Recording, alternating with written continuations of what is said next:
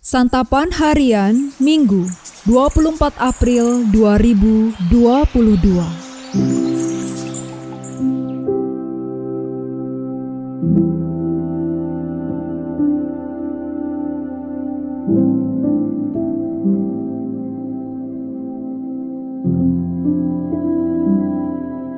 Inilah program Santapan Harian, sebuah program yang mengajak Anda menelusuri isi Alkitab, agar Anda menemukan makna firman Tuhan sesuai dengan konteksnya. Santapan Harian tertuju bagi Anda yang ingin memiliki kehidupan rohani yang segar, kuat, dan sigap.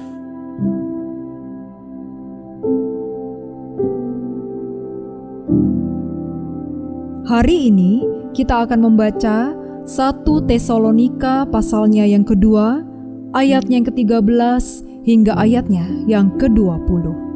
Namun sebelumnya, mari kita berdoa. Jiwa kami melekat kepadamu ya Tuhan. Bimbinglah kami di dalam terang firman-Mu. Di dalam Kristus Yesus, Sang Firman yang hidup, kami berdoa. Amin. 1 Tesalonika 2 ayat 13-20.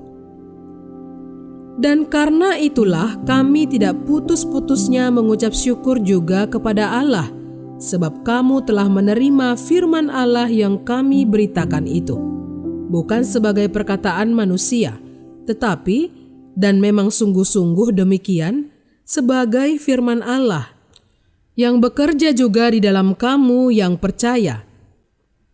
Sebab kamu, saudara-saudara, telah menjadi penurut jemaat-jemaat Allah di Yudea, jemaat-jemaat di dalam Kristus Yesus. Karena kamu juga telah menderita dari teman-teman sebangsamu segala sesuatu yang mereka derita dari orang-orang Yahudi.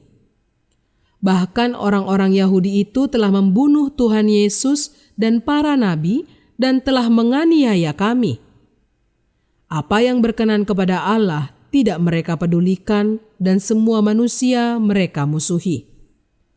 Karena mereka mau menghalang-halangi kami memberitakan firman kepada bangsa-bangsa lain untuk keselamatan mereka.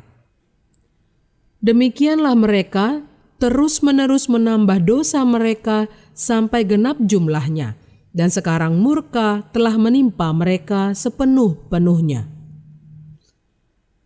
Tetapi kami, saudara-saudara, yang seketika terpisah dari kamu, jauh di mata, tetapi tidak jauh di hati, sungguh-sungguh dengan rindu yang besar, telah berusaha untuk datang menjenguk kamu. Sebab kami telah berniat untuk datang kepada kamu. Aku, Paulus, malahan lebih dari sekali, tetapi iblis telah mencegah kami. Sebab siapakah pengharapan kami atau sukacita kami atau mahkota kemegahan kami di hadapan Yesus Tuhan kita? Pada waktu kedatangannya, kalau bukan kamu, sungguh kamulah kemuliaan kami dan sukacita kami.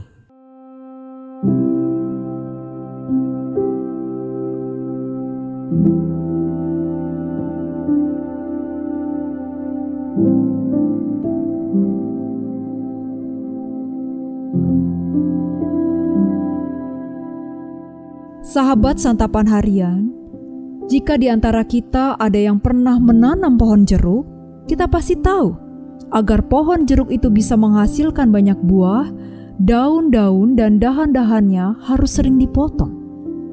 Kekristenan juga seperti itu. Ada banyak kesaksian tentang gereja bawah tanah di Tiongkok. Orang-orang Kristen di sana justru bisa menghabiskan waktu 12 jam sehari untuk mempelajari Alkitab dengan penuh gairah. Ini adalah paradoks. Semakin sulit, malah semakin bertumbuh. Inilah keajaiban Injil. Paulus mengalami sendiri keajaiban itu. Dia mengatakan bagaimana orang-orang Yahudi telah membunuh Tuhan Yesus serta para nabi. Bahkan Paulus sendiri mengalami berbagai penganiayaan. Semua hal itu dilakukan untuk menghambat pemberitaan Injil.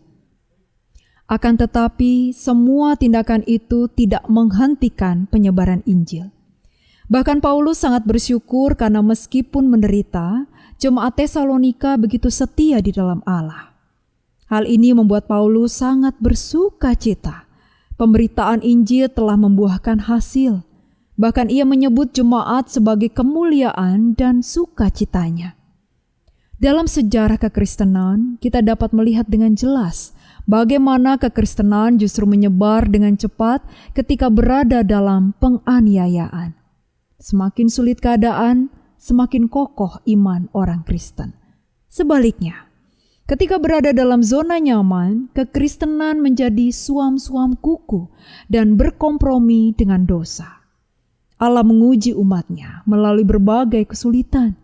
Semua itu demi kenaikan kelas anak-anaknya. Yakobus mengatakan, "Saudara-saudaraku, anggaplah sebagai suatu kebahagiaan apabila kamu jatuh ke dalam berbagai-bagai pencobaan, sebab kamu tahu bahwa ujian terhadap imanmu itu menghasilkan ketekunan." Jangan jadikan kesulitan sebagai alasan untuk meninggalkan iman. Sebaliknya, jadikanlah penderitaan sebagai sarana pertumbuhan iman. Apalagi jika itu karena status kita sebagai orang Kristen. Kita bisa menjadikannya kesempatan agar Injil diberitakan. Sejarah telah membuktikan, ketika Injil semakin dibabat, malah semakin merambat. Mari kita berdoa. Apapun yang terjadi di dalam hidup kami ini, tak pernah kami ragukan kasih-Mu ya Tuhan. Engkau senantiasa setia ada bersama hidup dengan kami. Sekalipun Engkau tak pernah meninggalkan kami. Firman-Mu terus menyapa dan menegur kami dalam mengarungi samudera kehidupan. Dan saat ini kami berjanji untuk setia kepadamu dan menjadi saksi akan firman-Mu bagi banyak orang. Walau melewati gunung yang tinggi dan dalamnya lembah yang curam, kami tak akan gentar. Karena Engkau ada bersama kami, menguatkan dan meneguhkan kami. Di dalam dekapan sayap-Mu ya Kristus, kami berlindung. Amin.